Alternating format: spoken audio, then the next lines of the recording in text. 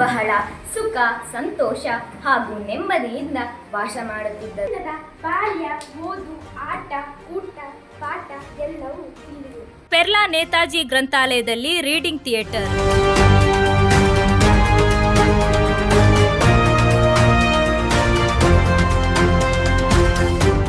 ಪೆರ್ಲಾ ನೇತಾಜಿ ಸಾರ್ವಜನಿಕ ಗ್ರಂಥಾಲಯದಲ್ಲಿ ಬಾಲವೇದಿಕೆಯ ಮಕ್ಕಳ ವಾಚನ ಕಳರಿ ಅಂಗವಾಗಿ ರೀಡಿಂಗ್ ಥಿಯೇಟರ್ ಕಾರ್ಯಕ್ರಮ ಜರುಗಿತು.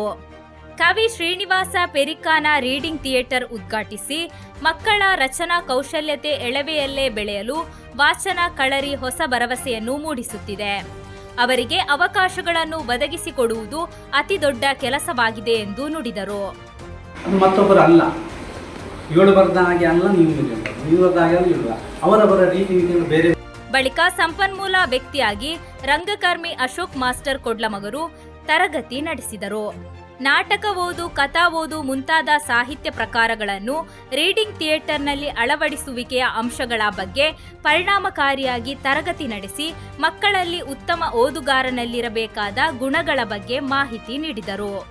ಗ್ರಂಥಾಲಯದ ಅಧ್ಯಕ್ಷರಾದ ರಾಮಕೃಷ್ಣ ರೈ ಅವರ ಅಧ್ಯಕ್ಷತೆಯಲ್ಲಿ ಜರುಗಿದ ಕಾರ್ಯಕ್ರಮದಲ್ಲಿ ಸಾಮಾಜಿಕ ಕಾರ್ಯಕರ್ತರಾದ ವಿನೋದ್ ಅಮ್ಮೆಕ್ಕಳ ಉಪಸ್ಥಿತರಿದ್ದರು.